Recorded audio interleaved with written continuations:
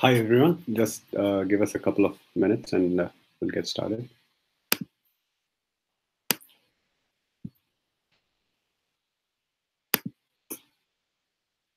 Just give us a couple of minutes and we'll get started.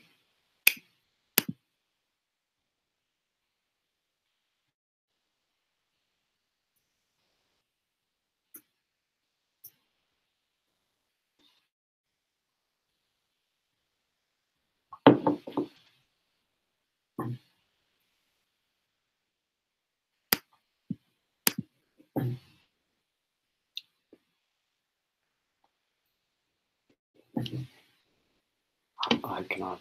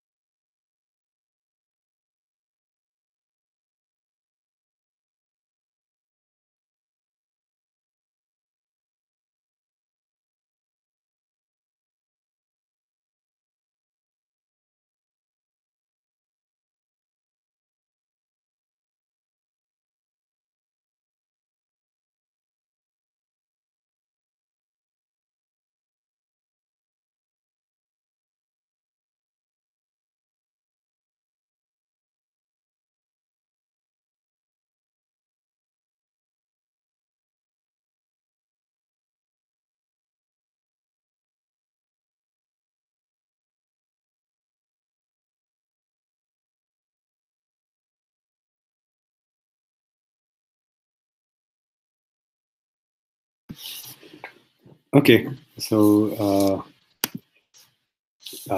let's get started. I'm Pankaj.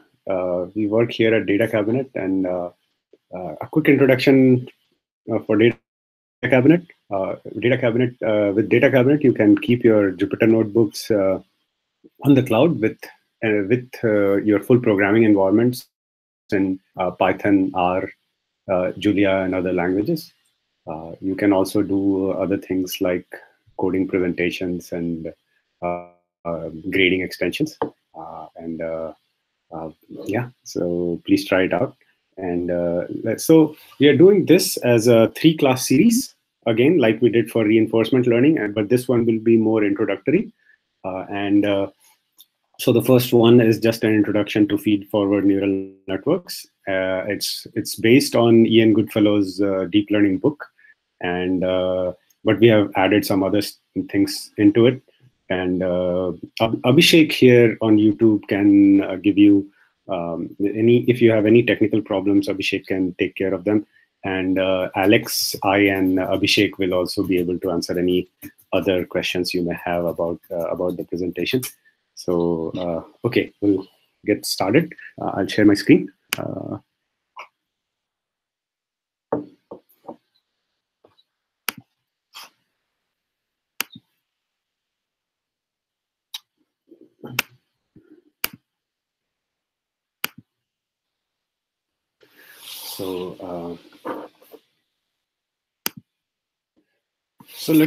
So let's get started with like a very higher level neural network. So in a higher level neural network, the basic construct is a neuron, which is basically a function that takes a vector as an input. It applies a linear function. So if inputs are x1, x2, x3, then it would be w1, x1, w2, x2, w3, x3, adds them together.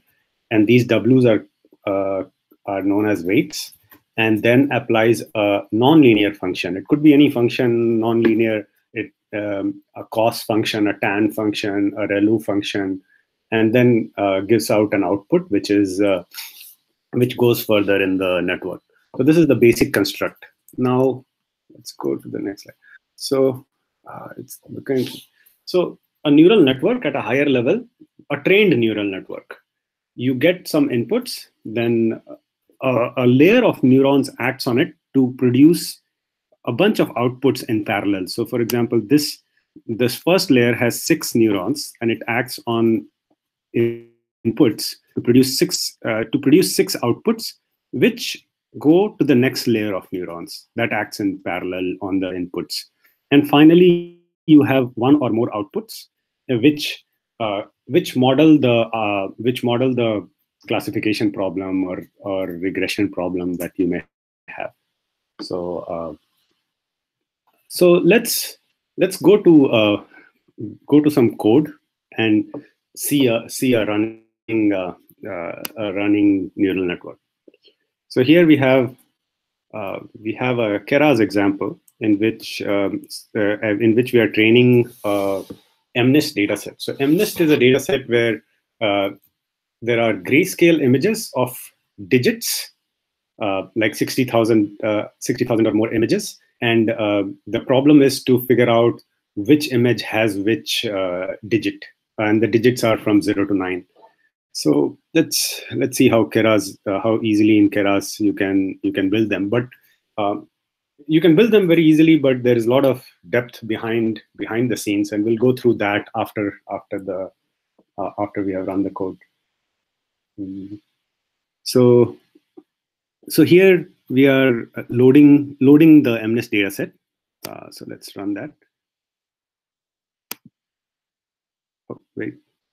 Oh, we didn't run low above 1. That's why. So we have to import everything. Then we have to. Sometimes it takes a little bit time to load the dataset. So let's give it a few. Maybe it takes up to a minute. It had it cached, so I did it.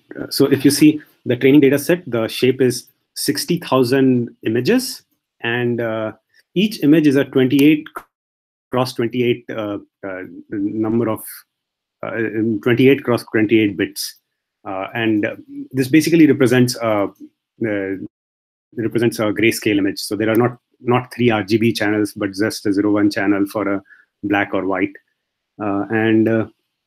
So let's go to the next one. So let's see some of the examples. So here we have class 5, class 0. We took some examples. If you see, so this is how the figures look like. Now we'll do some changes to the data itself. So we are actually reshaping the data to what was it? 28 cross 28 is 784. So 784.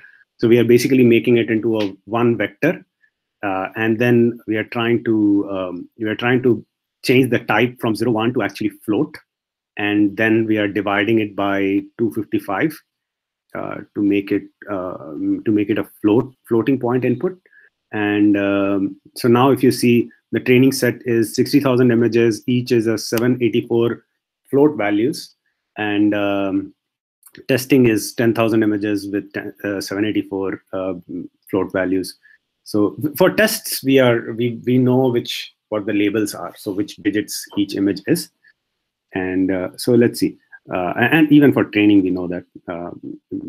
So for the output, so for the output, we have to make a little bit of a change to the structure, because we are trying to use a 1 hot vector. So a 1 hot vector looks something like this. So a 0 has a 1. It's a 10 length vector, and so the first one depicts the digit 0. The second one depicts the digit 1. The third one depicts the digit 2, and the 10th one depicts the digit 9. And if the picture contains a 0, then the output should have 1 in the first element of the vector. If the output is 1 in the picture, then the second element of the vector should be 1, and so forth. So for if the picture contains 9th, then the last element will be 1. So this is how we model the output itself. These two lines basically change it to a 1 hot vector, the training and the test sets. And So Ys are the labels. So the labels are converted into one hot vectors here. So here is a picture of how the neural network that we are going to create look like. So it will take a picture at the bottom, and which has 784 inputs. Then there will be then it will multiply it with a set of weights. Think of it as a matrix of which has length, which is 784 cross 512, and that multiplies the whole image to create the first layer input. Then the first layer input has 512 inputs, and it puts a nonlinear function on the 512 values that came after the first matrix multiplication, and those outputs are then again multiplied by another matrix of 512 cross 512 to get the next level of inputs. And then the last layer is the last layer. There is another multiplication, and then at the end we compute cost. So cost will go through a little bit more further, but cost is basically a function that is, you can think of it as if the prediction is doing badly, then the cost is high. If the prediction is doing well, then cost is low. So cost is a function that gets computed at the last layer, and that's what is used to train the neural network. So let's go and see how in the code it works.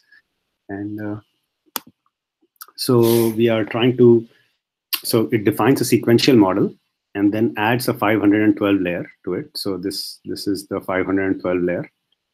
Then it adds a dropout of 0.2. So we'll go through dropout in the next lecture.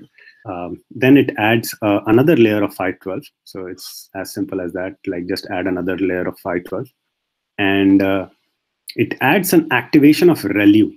So Relu is the nonlinear function that we have been talking about. We'll talk more about Relus and nonlinear functions below further in the lecture. And then we add another. So we have added two hidden layers. At the end, we add a softmax layer. So a softmax we'll talk about it more below, but a softmax models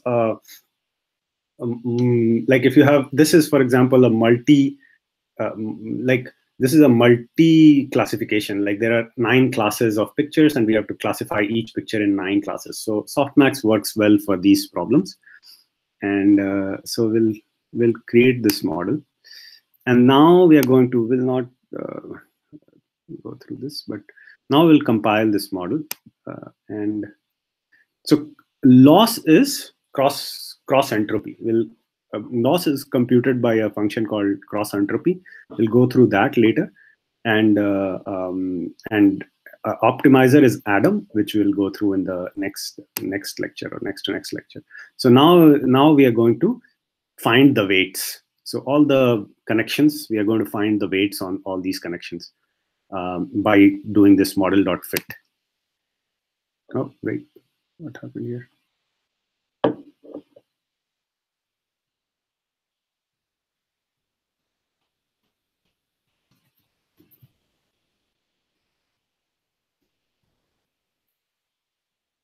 Wait, something went wrong. Array with shape.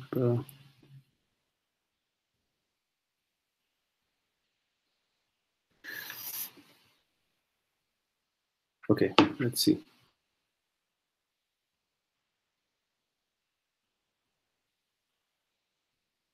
X train, Y train.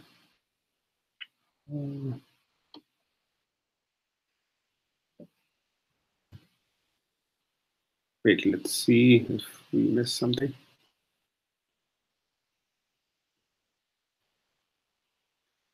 Okay, I think I deleted something accidentally, possibly. This is 784. Where is it getting the?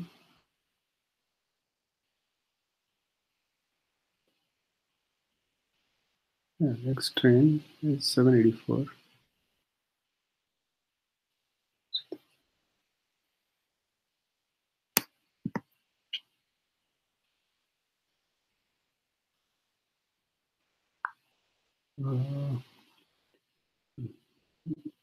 validation.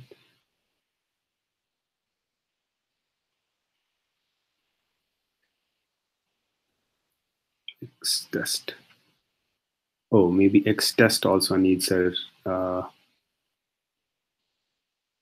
X test is reshaped. Test is.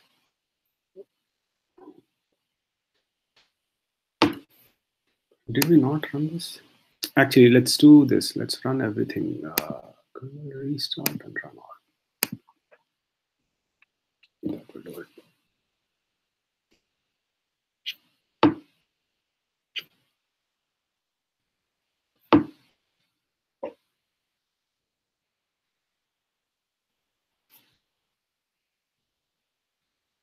Okay, so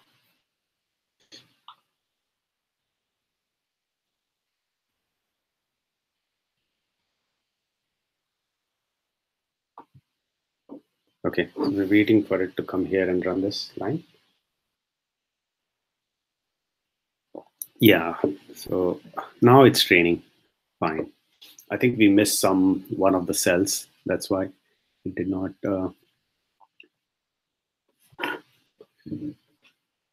So it takes a minute to run it. So it's going through a process called SGD, which is stochastic gradient descent. We'll talk about it more in the next lecture.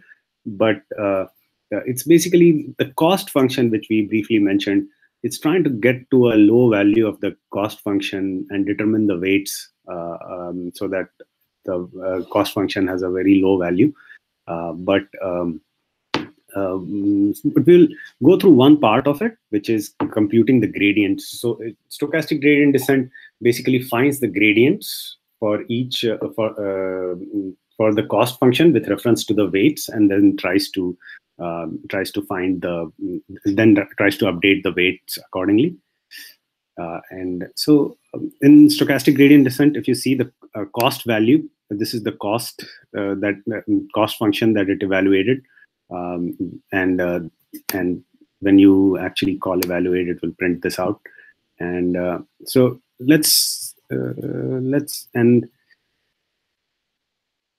so this is the number of correct results that it gave. Also, if you see which are the, so now we are trying to plot how it did. So if you see this figure, so these were classified correctly. So 7, 2, 1, these got classified correctly. But if you see this one is a 3 is a 8, but it got predicted as 3. So the difficult ones it's messing up, but the advanced ones, they get even the difficult ones right. Like if you train it for longer, if you have more layers, then even the complex ones are classified correctly. So now we'll go back one by one to each. So the code looks very simple, but actually there is a lot that goes behind it. So let's go one by one and try to decipher what each of the things mean. Oh, sorry, I should click this. Yeah. So let's go back to feed-forward neural network. So what is a feed-forward neural network? It's basically one, if you see, it's like one function here, then another function after this, then another function applied after this. And so it's like composing a few functions together. And if you see, the output layer is the only layer which actually tries to model the real classification or output which is given in the training data. The rest of the layers are trying to, if you can think of it as they're trying to figure out features in the input that can actually be used to model this output.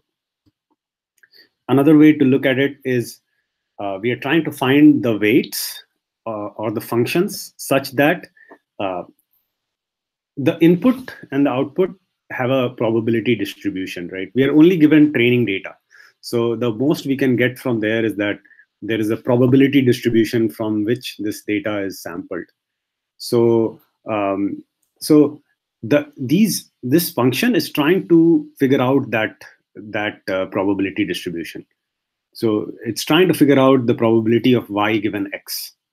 And it's what it's trying to do is if f star x is the real probability distribution from which the data is sampled, then it's trying to find an fx that is as close as possible to it. And the last layer pretty much does exactly that, but the hidden layers try to do some feature selection in the input so that it can be done easily. So by feature selection, I mean like, if there is an apple, then it's trying to figure out it's red, it has a round shape. And so these features can be used to actually do the final classification. Okay, so let's go to the next slide. Questions?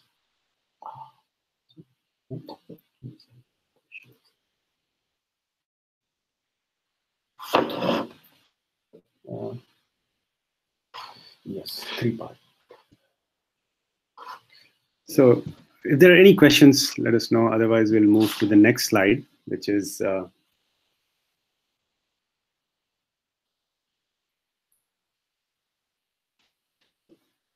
so we'll cover the next slides. So here we will go through like the evolution of all these methods. So it all started with linear methods. So if you see, like you could fit like a line through a set of training points, or a plane through a set of training points. This is in 2 dimensionals. It could be in it could be in higher dimension. But the problem with this method is that most problems, it's not a universal approximator, and most problems cannot it cannot fit. So then people resorted to other methods. So the second method that is shown here is you can take the inputs, apply a function a priori to the input, and take it to a different space. Like if for example, you square each of the inputs, and maybe then, so if the input distribution was root x, and then you square it, then it becomes linear. So then you can fit a linear model into it. So, but the problem with this method is, again, like it just does not generalize very well. And there's, I don't know it very well, but there's some principle of local smoothness because of which it does not generalize very well to most problems. So let's go to the next one. So after that, the most important, most pervasive method used to be manually engineering features. So like I said before, like if you have an apple, it will try to let me go full screen. Okay. So if it's an apple, it will try to figure out its shape, its type, its color, and then feed it into like a linear classifier or a support vector machine to figure out what it is. So this used to be the most used method, but now but what neural networks does is, by hidden layers, it's trying to figure out the features. So like I said in the previous slide as well, all the hidden layers, you can think of it as the last layer has some features that it has learned, or some patterns that it has learned. And oh, wait, let me see. I hope it hasn't. One sec. Okay.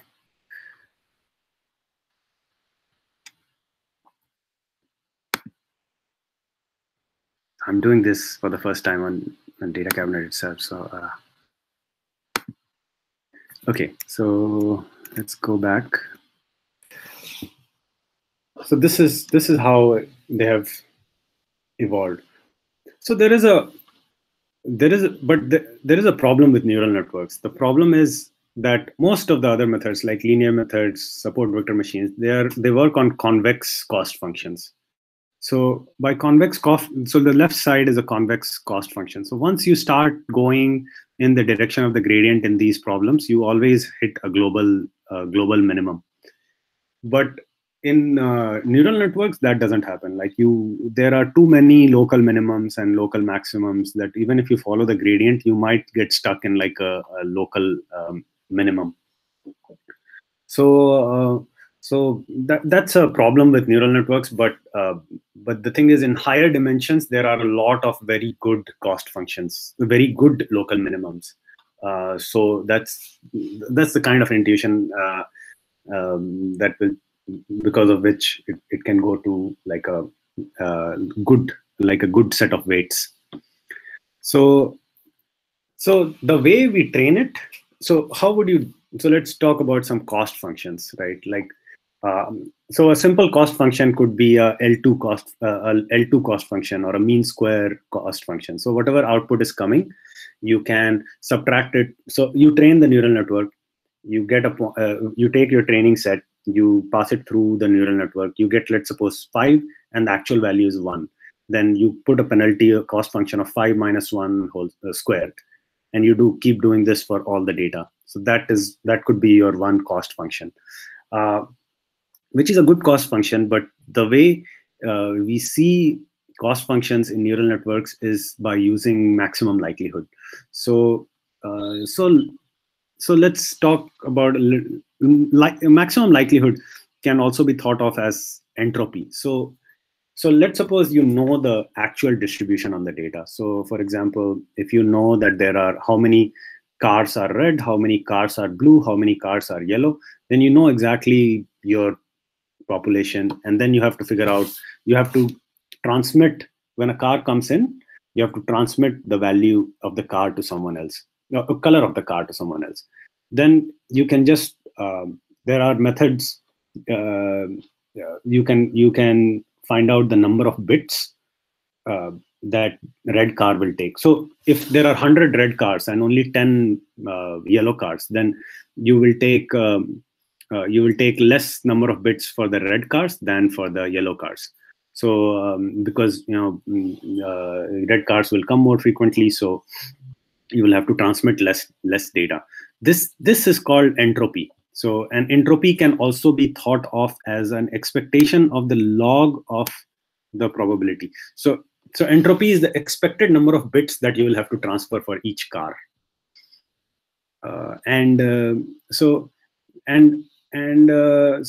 What happens is, so we can, but generally we don't know the input distribution. We are just given some training points.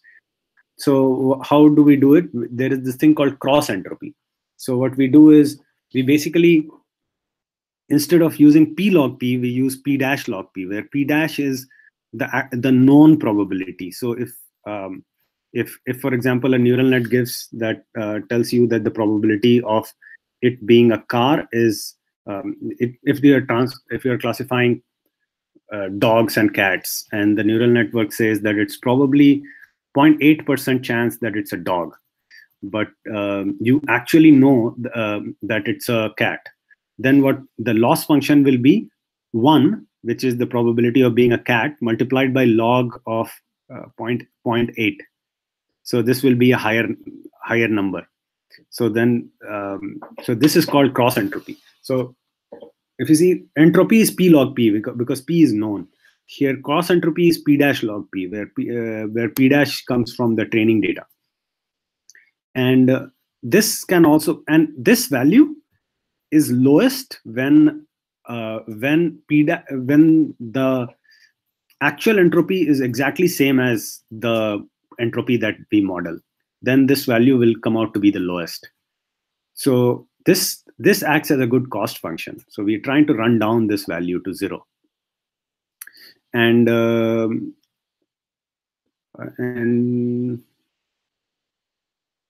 also this has another advantage, that most activation functions, like the function that comes before you get the cost function, has an exponent term in it. So then p dash is a known thing. So because we do a log p, we can negate the exponentiation, and exponentiation leads to saturation in higher values. So that goes away. So this is the reason maximum likelihood is used a lot. And also that if your distribution is such that your y given x is a normal distribution, then the L2 cost, which is the square cost, is same as the maximum likelihood cost. So so that is something that is a nice result. Any questions on cost functions?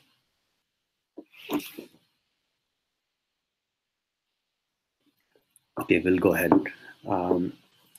So let's do. So here, let me show you in the code where cost function gets used.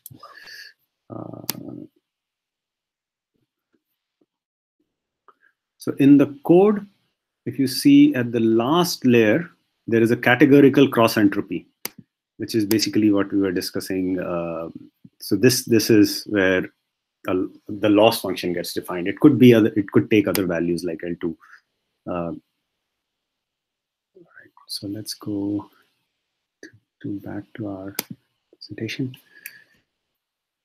So now let's talk about output units. So output units are very important because they are actually modeling the output, and depending on what your output is, you might have to choose different output units. So for example, if you have a Gaussian output, like real valued outputs, then a linear unit will do a good job, and you are trying to minimize the L2 error, which is the mean square error. And gradient descent also works very well because linear units, the gradients are, if you have a linear function, then the gradients are defined very well. So let's suppose your input is not Gaussian, it's not a real value, but it is a binary value. Then how would you change this? So one attempt you could make is like a function which is after, like you could have a linear function like a line, but when it goes above 1, the value is 1. When it goes below 0, the value is 0. And in between 0 and 1, let's see this question.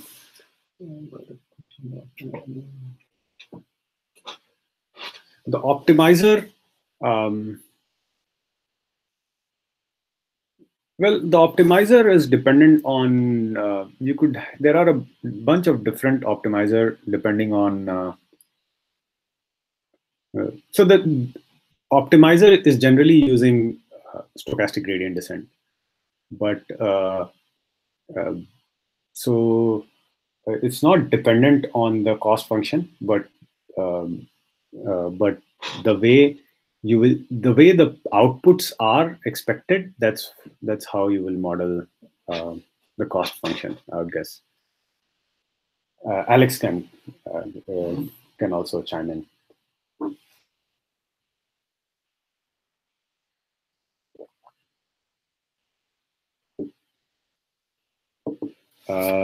So do we?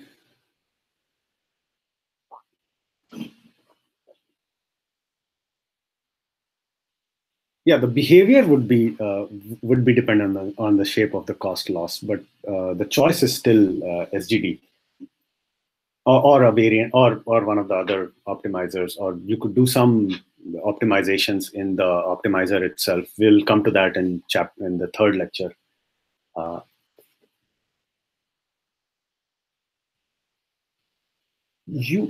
So it is necessary to know the input distribution first before modeling the data? No, because you will generally not know the input distribution. You will just get a set of points to set of training data.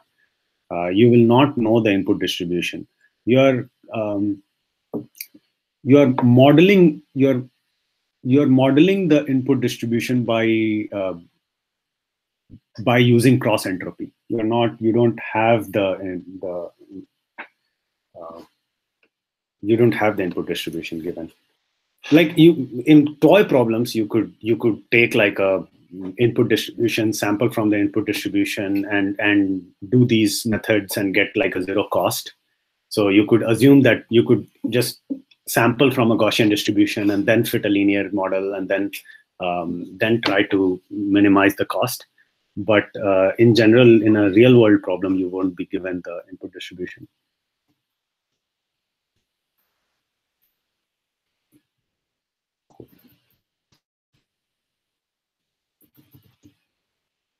I'll be these are not slides. This is a notebook.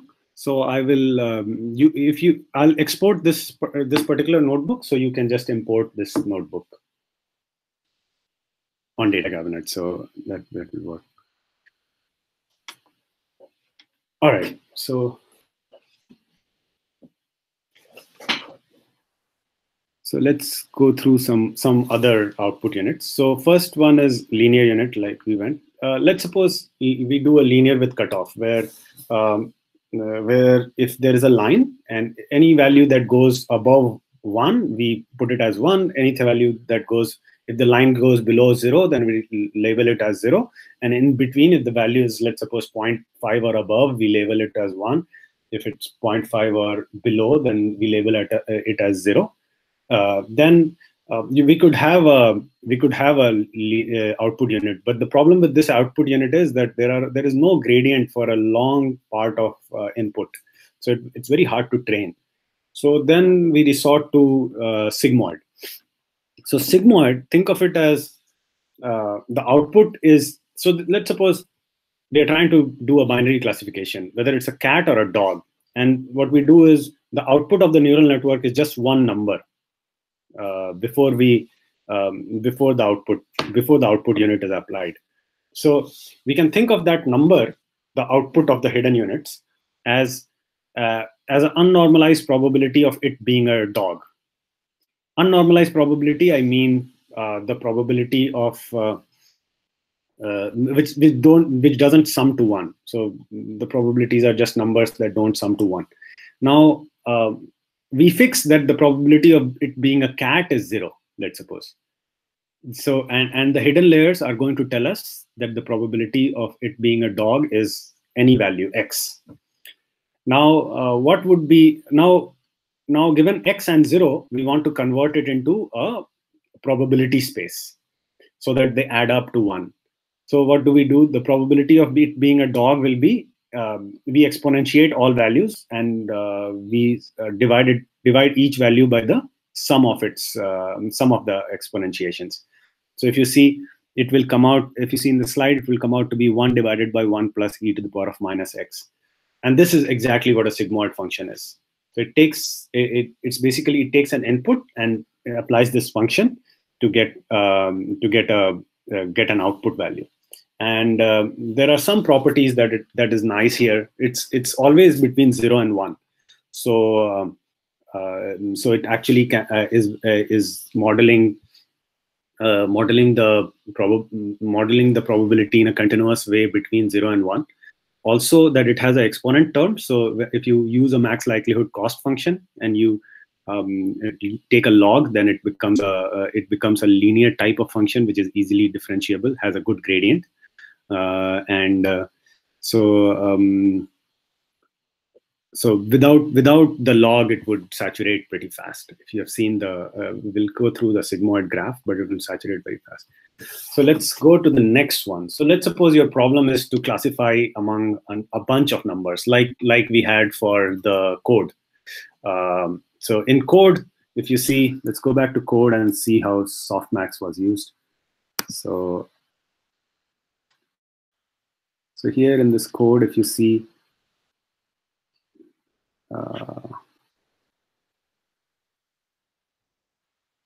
yeah.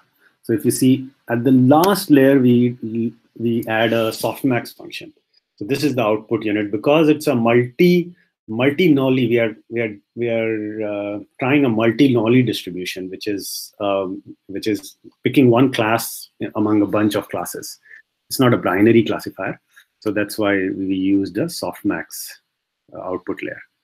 Let's go back to, and so in softmax is very similar to sigmoid in the way that the hidden layers give you a bunch of unnormalized probabilities. So if you remember, if you see the no, not here, but let me go back to. hidden layer gives you some unnormalized probabilities.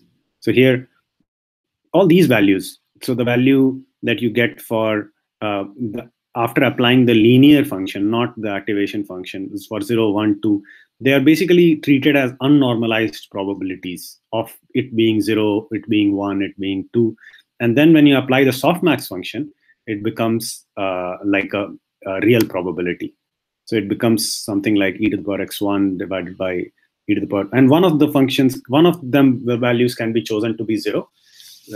So then it becomes 1 plus e to the power of x1 plus x2. So, and with softmax, there is also the thing that if you, for example, change your weight so that one x1 is increased, then one of the other probabilities has to decrease to accommodate it, because the sum, because the values sum to 1. So if one guy's probability increases, someone's probability decreases. So after you train, what happens is it's like a winner take all. So one of the values goes towards 1, and the other values go towards 0 for a particular input. So it's kind of also acts like an argmax function. So it's very good for multi-class classification. And sometimes also that you can, if you are given some training data, you might not want to actually model the output itself. You might want to model some other characteristic of the output, like variance or mean, and then the neural network actually gives you those values, and then you use them to get the cost function. So, okay.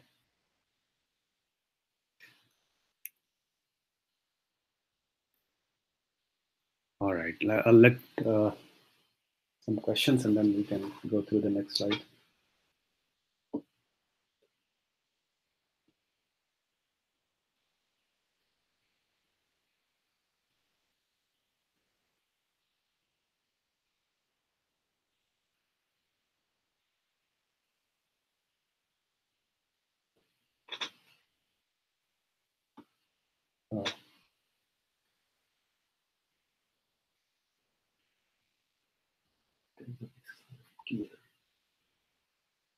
What's happening on Chrome? Can you try Firefox? Yeah.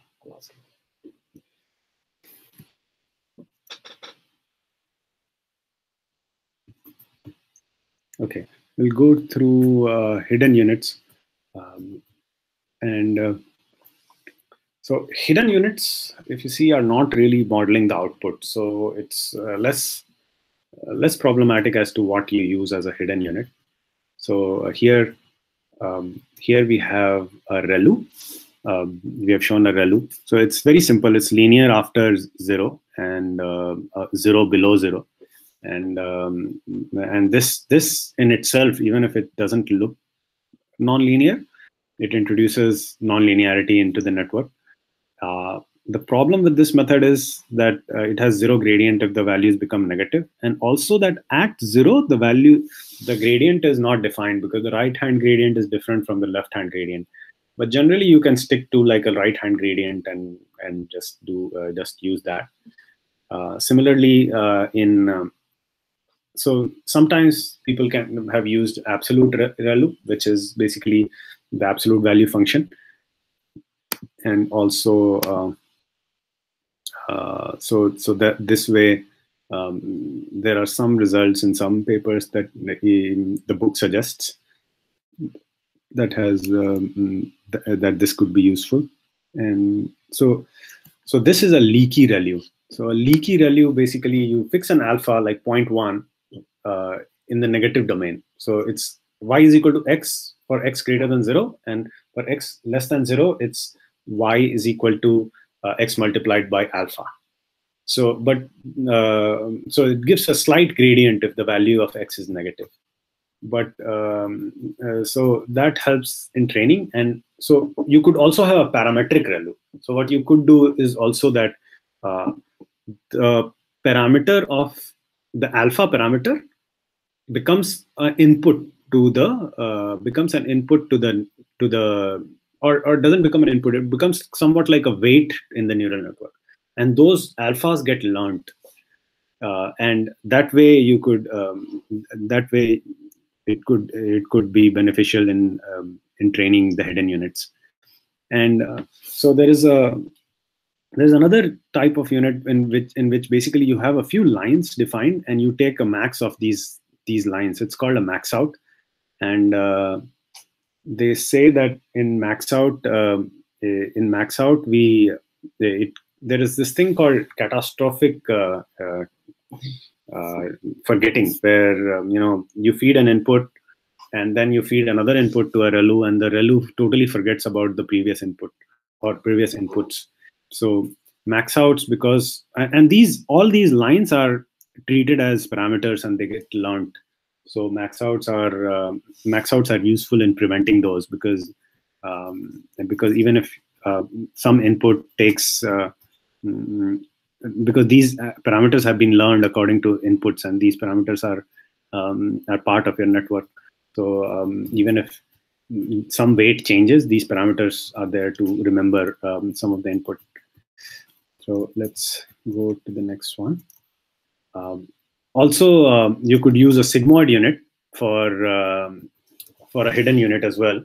Nothing stopping, but a hyperbolic tangent works better than a sigmoid unit, because it acts like an identity function near zero. So at zero sigmoid, the value is 0.5, but the value of the tan h function is 0, and it's basically 2 of sine sigmoid of 2x minus 1 or something like that, or 2 sigmoid minus 1.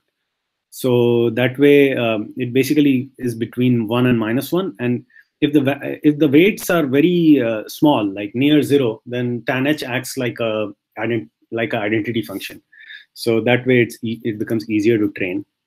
So that's another hidden unit. But there is no restriction on hidden units. You could use a cost function, you could use hard tan h, you could use a softmax function, and they all seem to be like, some of them are popular, but they seem to work well. Actually, I take it back. It's like, for different problems, there might be different hidden units that do well, but it's not modeled like according to output directly. And sometimes you can even have like a no activation function, just a linear function in the middle, and that works very well as well sometimes, because what happens is so let's suppose you have two hidden layers. One is 1,000 layers and one is another 1,000 layers. So you have 1 million weights in between. But let's suppose we introduce a five layer linear unit in the middle, then without any nonlinear outputs, then the number of weights becomes 1,000 multiplied by 5, 5,000, plus 5 multiplied by 1,000, 5,000. So 5,000 plus 5,000, 10,000. So it drops down from 1 million to 10,000. So that helps if you have too many parameters, and if you're trying to reduce the number of parameters. So hidden units. So there is some and let's go back to code and show you how we used hidden units. So hidden units, if you see, the activations are all Relus here. So Relus are used as activations. So let's go back to the. So how powerful are, like, there is some theory behind how powerful neural networks are.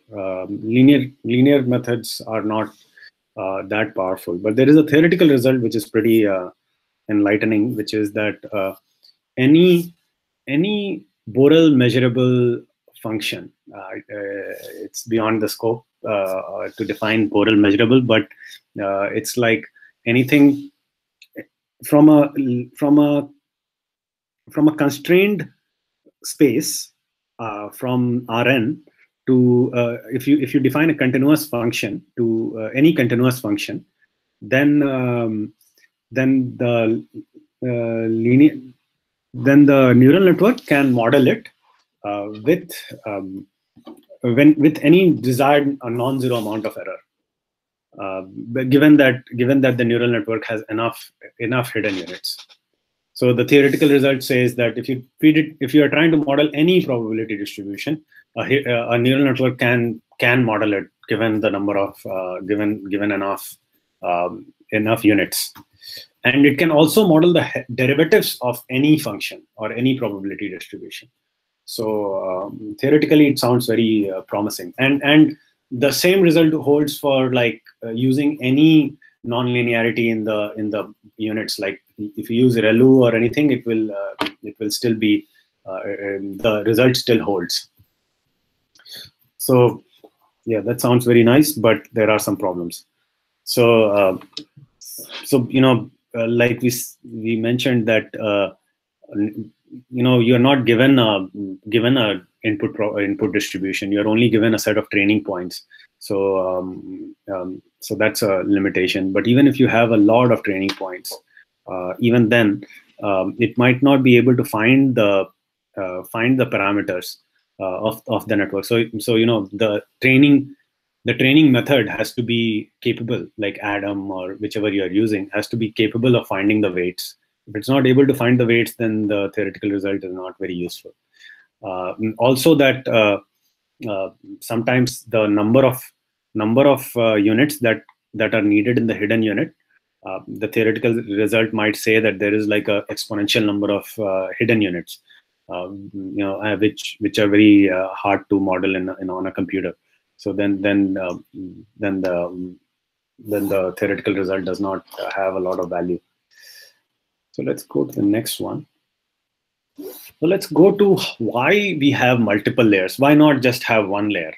Why do we care to put multiple layers? So there are multiple arguments for it.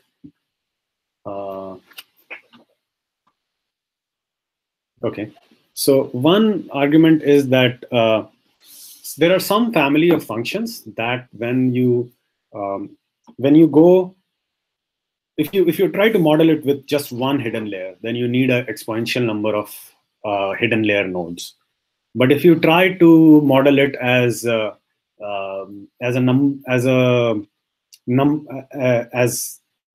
a higher number of depth, then you can model it without having exponential number of number of nodes. So that's that's one reason why we need multiple layers. The other reason is nicely put in this picture. So if you, for example, if you have to, if you're given a bunch of blue points and red points, and you have to find a classifier that can easily separate out, given the coordinates, can give whether it's a blue point or a red point. If you see, this is a very non-convex function. So what the author of this paper did is he thinks that the absolute, if you put an absolute Relu in each layer, then the absolute Relu acts as a mirror image. So you can basically say that after applying the absolute Relu, your space has become the space of the second picture, where one of these non-convexities is gone. And then you can apply the same mirror function again, and then there is another non-convexity that is gone. So then you get a nice convex function that you can model easily. So this way you can. This is the intuition behind having multiple layers of neurons or hidden layers. So the same paper also suggests that the given D inputs and L depth and N units per hidden layer, the number of regions that gets crafted in that picture is of the order of is exponential in the number of in depth. So if you increase depth, the number of regions that you can create is exponentially increases. But if you increase the number of n, which is the number of units per hidden layer, it does not go up as much. Or if you increase d, it only is a multiplication. So if you increase the number of inputs, so that kind of suggests that increasing the depth has a good effect. Also, there are empirical results. So this is one classification experiment that the book does on with 3-layer convolutional, 3-layer fully connected, and 11-layer convolutional. And if you see, the test accuracy goes up quite a bit if you increase the number of hidden units, and which kind of suggests that it is the problem itself yields itself nicely to having composing sub problems together, and that way number of hidden layers increases accuracy by a lot. So let's go to the next one. So we'll not go through SGD in this lecture, but we'll go through the SGD depends on finding gradients. So backward pass or backward propagation is basically finding gradients for every parameter in the network with respect to the output, and that's why. So we'll go through how that is done. One of the most important things that gets used here is is the chain rule. So the chain rule states that if you want to find dz by dx, then you basically can do dz by dy multiplied by dy by dx. So how this works here is something like, let's suppose here you had one output and you wanted to get and there are two functions, right? Y hat is a softmax, and then there's a cost function. So to get and if you see, the weights on x1, x2, x3, x4 are theta 1, theta 2, theta 3, theta 4. So if you, for example, want to get the cost of the derivative of the cost with respect to theta 1, then you basically can get the derivative of the cost with respect to the output of the linear layer, and then multiply it by theta, then multiply it by x1, because x1 theta 1 is the only component that that gives to. So let me just write it down.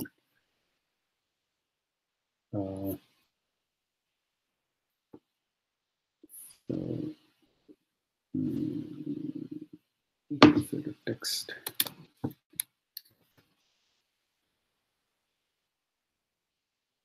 So for example, we are trying to figure out d of theta 1 divided by d of cost. So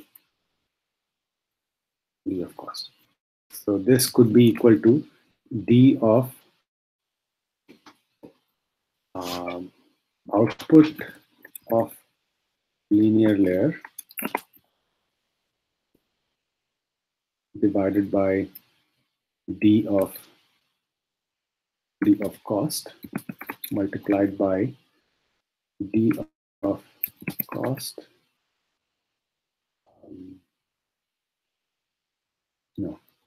by d of theta 1 divided by d of output of linear layer. So this way you could so sorry, this is not very nicely written, but the idea is that once you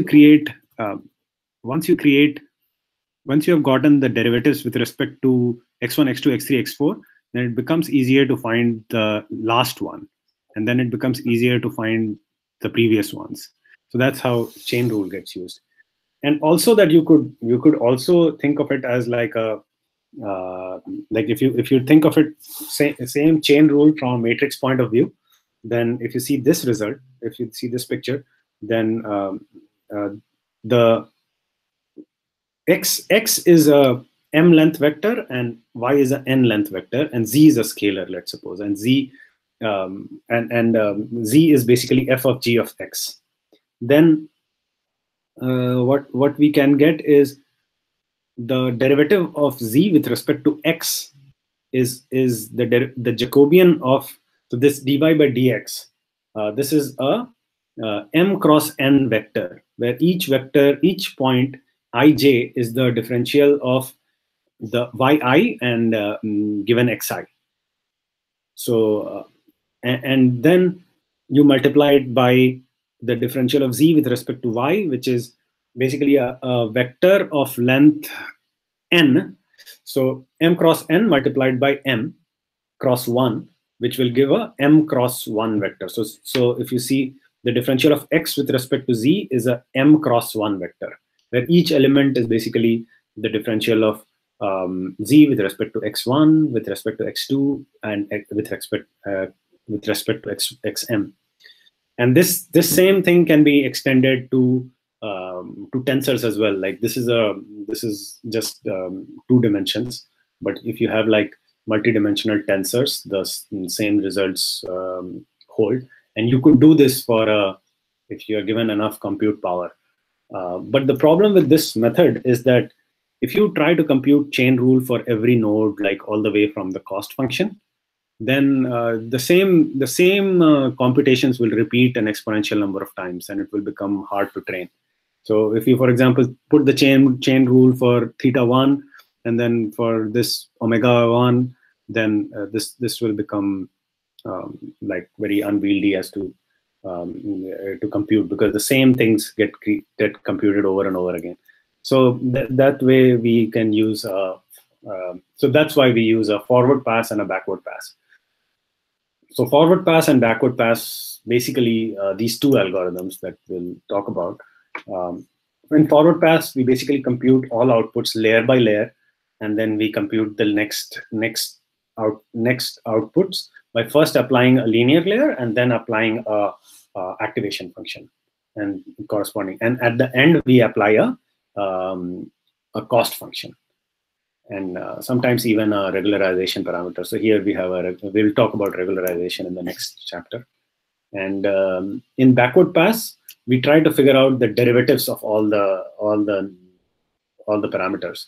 And the way we do it is, first we compute the derivative with respect to theta1s first, then we compute the derivatives with respect to all the weights here, and then that can be used to train the previous layers.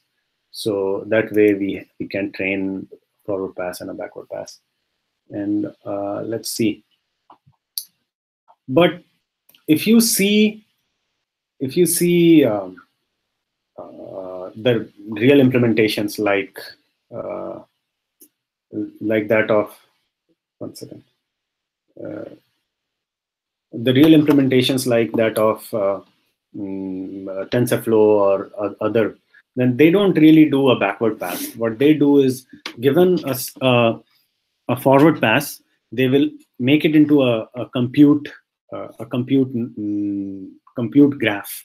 So let's suppose you apply f on w to get x, then you apply it again to get y, and you apply it again to get get z. Then basically they augment this compute graph to have different differentials, and then they use the differentials over and over again to get all the different differentials with respect to z. This is how they actually create, and then it simply becomes computing this graph, computing all values on this graph. And so this is called the symbol-to-symbol derivation. So in here, for example, so if you think about our neural network, so it's only this much. We give an x, there is a matrix multiplication, then there is a Relu, then there is a matrix multiplication, then it's actually just one hidden layer. Then there is another matrix multiplication, and cross entropy, you get a cost function, you know your training data, and these are the regularization weights that you can that we'll talk about in the next chapter. But this is the computation graph of finding the cost function of a real neural network. And then what TensorFlow or Theano will do is add nodes to this, such that all the derivatives basically become values of the nodes, and that they can be plugged together. They can be used easily to do the stochastic gradient descent. So, but there are problems in this approach. So, for example, it might take too much memory, and sometimes you get a divide by zero error, and you can have different data points as well. And you can also have more than one tensor as output. So let's suppose you are doing you're doing like this hidden function gives rise this matrix multiplication. After this, you do a cross entropy, and you also do, like, even here there is multiple outputs. See, W has a square, and it also goes into U2. So if you see, it increases the complexity of the graph, and it in backprop it is possible that you don't have to the size of the graph does not increase as much if you do like it by hand. So so this so this is how a symbol to symbol derivation works in TensorFlow and Theano. So this is the last slide, and so sometimes even higher order derivatives are very useful in could be very useful in training neural networks. Like, for example, to find we'll go to the next we'll talk about it more in the next lecture. But like, for example, it can tell you which way to go from if you're stuck in a local minimum. But the problem with higher order methods is that it's hard to compute. So if you think about a function that takes a vector of length n and computes a scalar, then the second order matrix, which is called a Hessian, is of shape n cross n, because each entry is basically if the output is z and the input is, let's suppose, x1, x2, x3, then each entry of the Hessian is basically d of zi divided by zi divided by dx of z multiplied d of z d square z divided by dx I dxj. So ith jth element of the Hessian is basically d square z. So a double derivative of z, first with respect to xj and then with respect to xi. So then it becomes harder to compute. But there are some methods which are called Krylov methods, which are iterative methods to compute a lot of these values. And the way these methods work is, so for example, it might be very useful to find the product of the Hessian with a vector, and it can easily be approximated by multiplying the vector first by the derivative of the first derivative, not the second derivative of fx, and then taking the derivative again on that multiplication. So so this way you don't have to compute the full Hessian to get this value. So these Krylov methods can be used under these. So yeah, this is the end of the first part. So we'll next week we'll start with how we can do regularization and training. So if there are any questions, we'll go through the questions.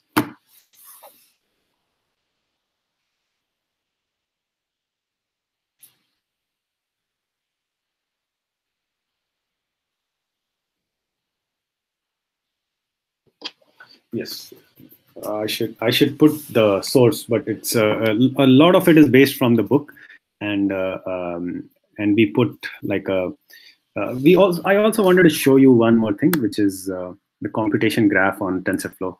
So let's go back to what happened here.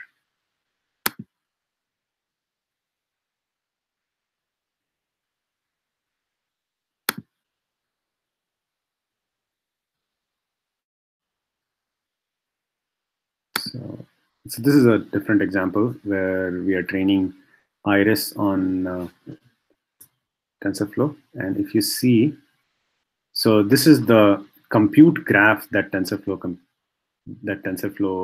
computes. If you see, this is again a neural network done on TensorFlow, and the visualization. So this is the compute graph, and if you see, there are see if there is a node for gradients, so it actually finds gradients through nodes. So this is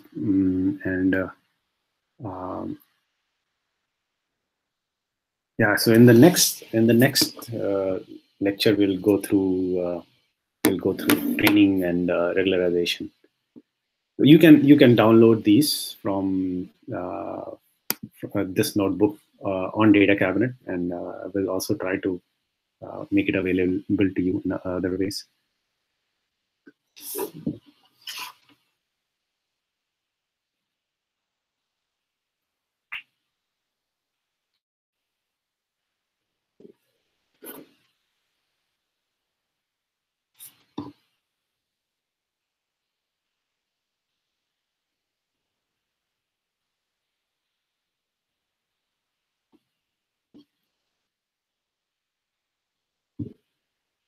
Okay. I think Alex has more experience with Keras, so he can answer that question.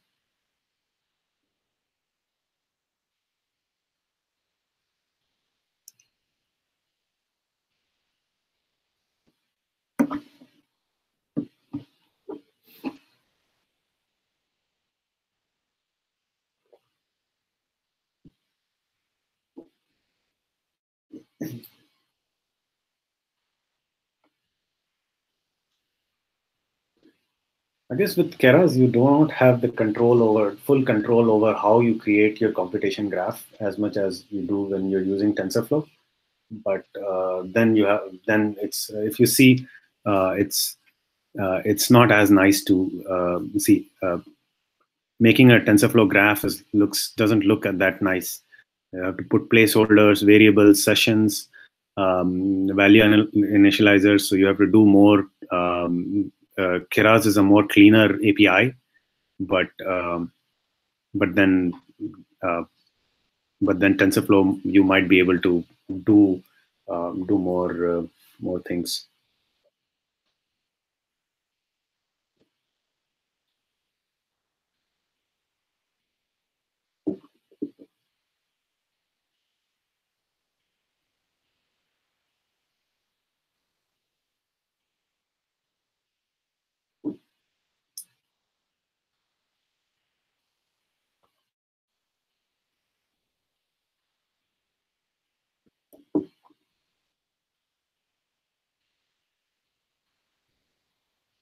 For any questions, please post.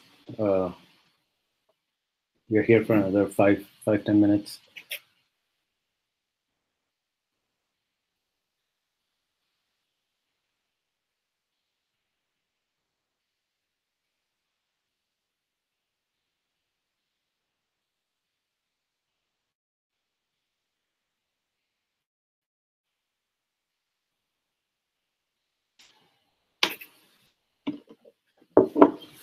So also so this is the first part. Then we'll do some.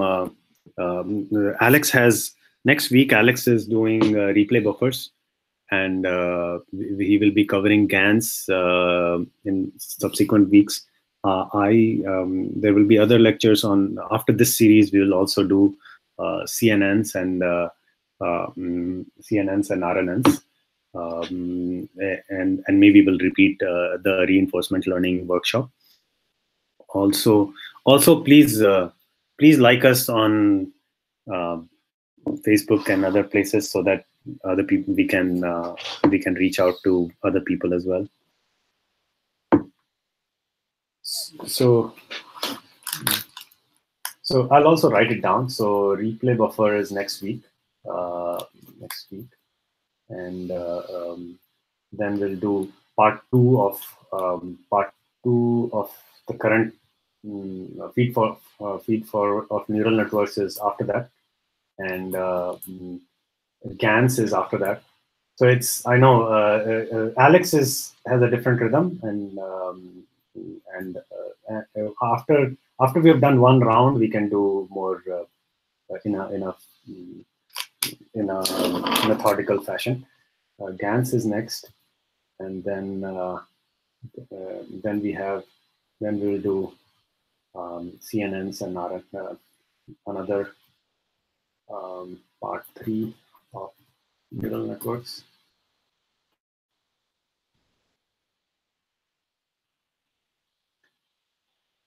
Claudio will also try to figure out why this happened on your machine.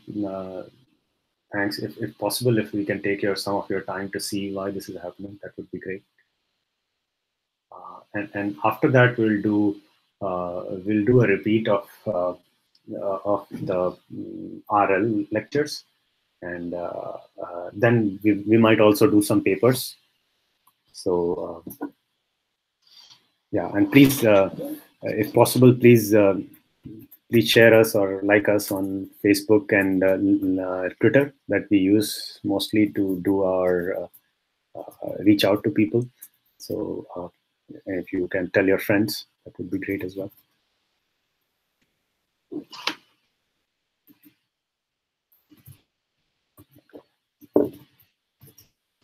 I'll send you emails so today or tomorrow we'll send you email for replay buffers. So we'll keep updating you. Over email.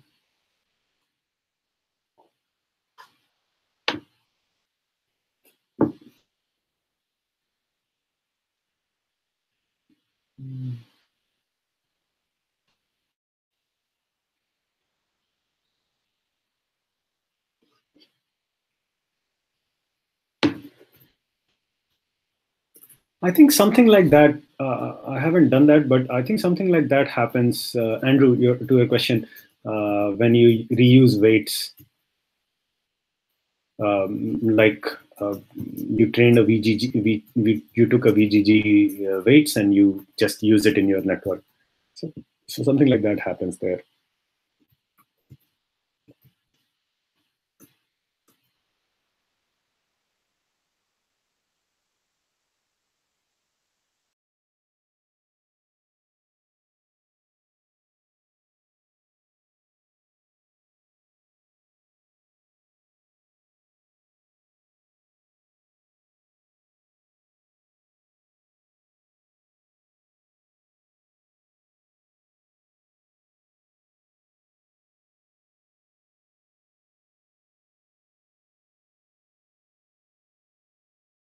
GPUs. Of course, you have to make it such that it does not just use one core or something, but I think GPUs always help.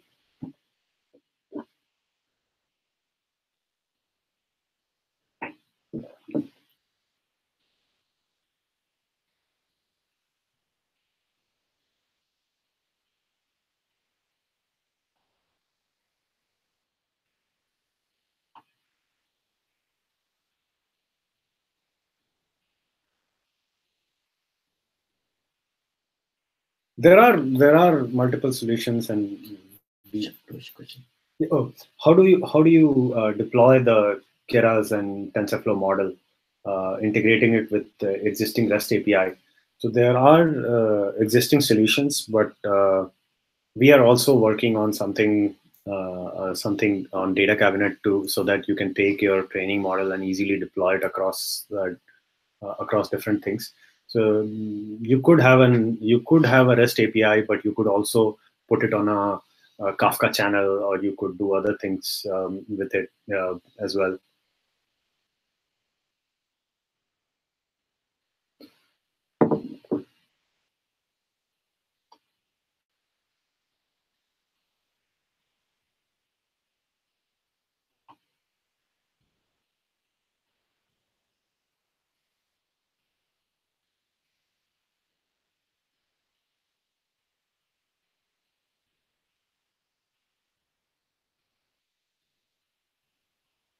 Maybe Alex can take that question. When would be too much for a laptop? Is there a way to figure out?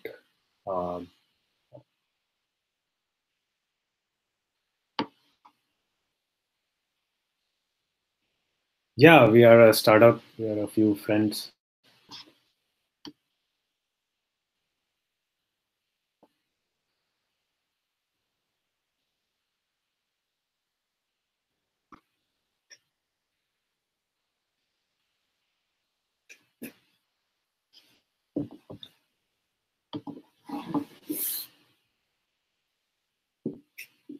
Alex, do you know of a method where you could tell, that this, like, is there a cutoff or something where you could tell um, you need a GPU and not, it won't be enough, laptop will not be enough?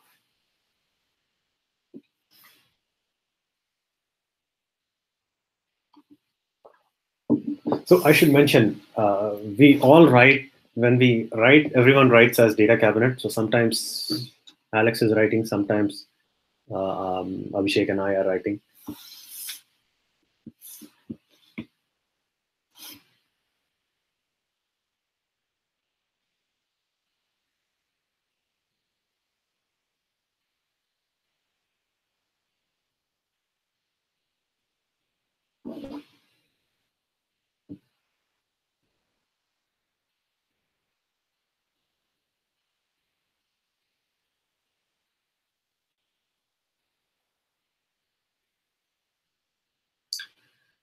And Andrew, I think uh, for VGG nets, you will find, like, pre-trained networks, you will find weights online. You can download the weights, and you can start with those weights, or you could just use those weights as inputs.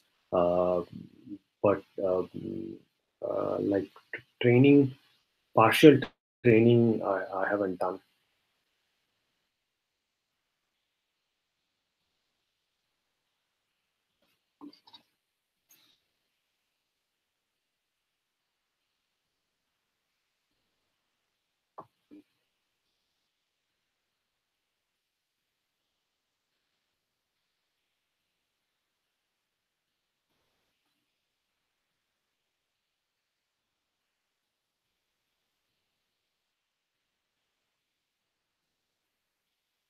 Cool.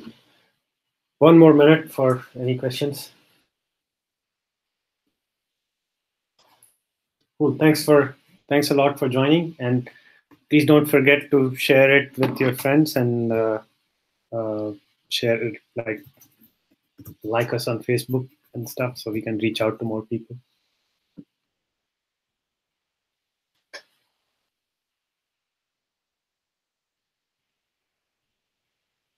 And if you have any questions, uh, please write to info@datacabinet.systems. The next session is next week, so Alex will be covering replay buffers.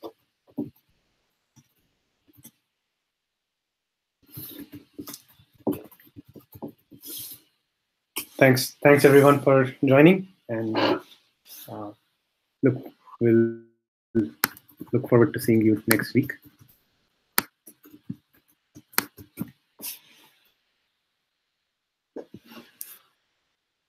Mm.